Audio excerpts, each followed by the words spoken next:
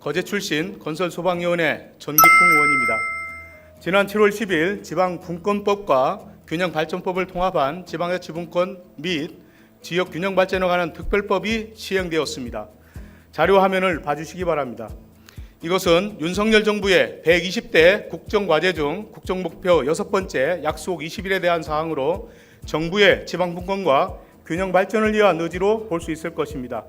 지방자치분권과 지역균형발전은 수도권 집중화에 따른 지역 간 불균형을 해소하고 지역의 특성에 맞는 자립적 발전을 도모하는 것으로 사실상 같은 목적으로 추진되는 정책입니다. 지금까지는 각각의 법률에 따라 대통령 소속의 국가균형발전위원회와 자치분권위원회로 이원화되어 상호 연계가 미흡했던 것이 사실입니다. 그런데 지난 7월 10일 특별법에 따라 지방시대위원회로 통합 출범하면서 분산된 기능을 통합하는 한편 지방의 자율적인 정책 결정권을 보장해 지방분권의 지지에 부합하도록 하였습니다. 특별법 시행으로 변경된 사항을 살펴보면 지방분권과 균형발전의 통합적인 추진체계가 마련되었으며 기존에 중앙주도로 수립되던 균형발전계획을 지방주도로 수립하도록 변경되었습니다.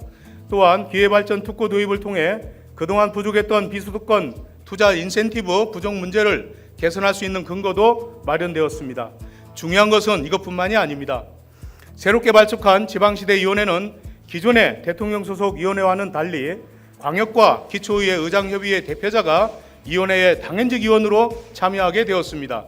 이것은 민의를 대변하는 지방의원들이 지방분권과 균형발전이라는 국정운영에 참여하여 제 역할을 할 수 있게 된 뜻깊은 일이기도 합니다.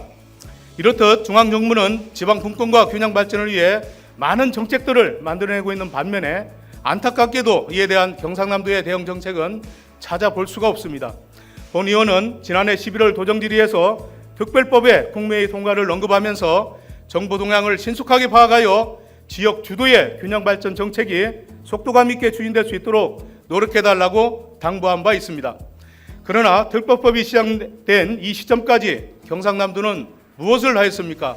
특별법 시행된 지 아직 얼마 되지 않았으니까 정부 지침이 내려오기만 기다리고 있는 것입니까? 아니면 다른 시도가 하는 것을 지켜보다가 뒤늦게 정책을 마련할 것입니까? 특별법의 주요 내용을 살펴보면 법 제7조에 5년 단위의 경상남도 지방시대 계획을 수립하도록 되어 있고 매년 경상남도 지방시대 시행계획을 수립하도록 되어 있습니다.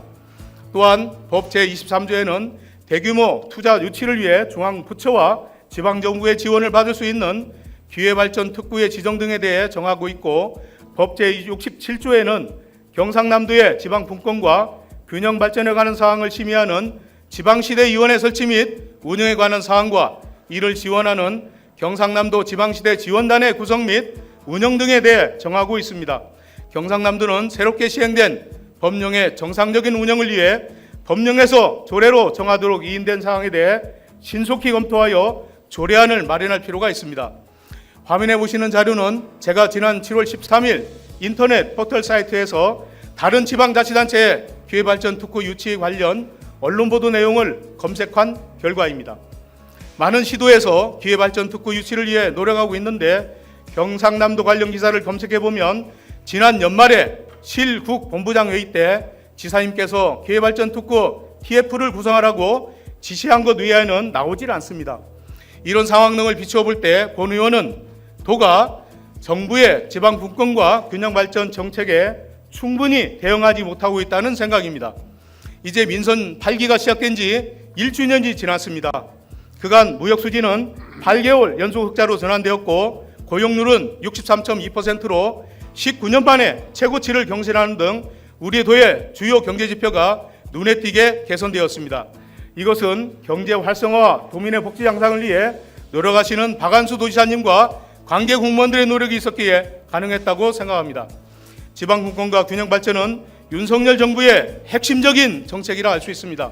많은 지방자치단체들이 새로운 정책에 대한 기대감을 가지고 적극적인 추진 의지를 밝히고 있습니다. 이에 우리 경상남도 또한 정부의 지방분권과 균형발전 정책에 적극적으로 대응해 주시기를 다시 한번 당부드리면서 발언을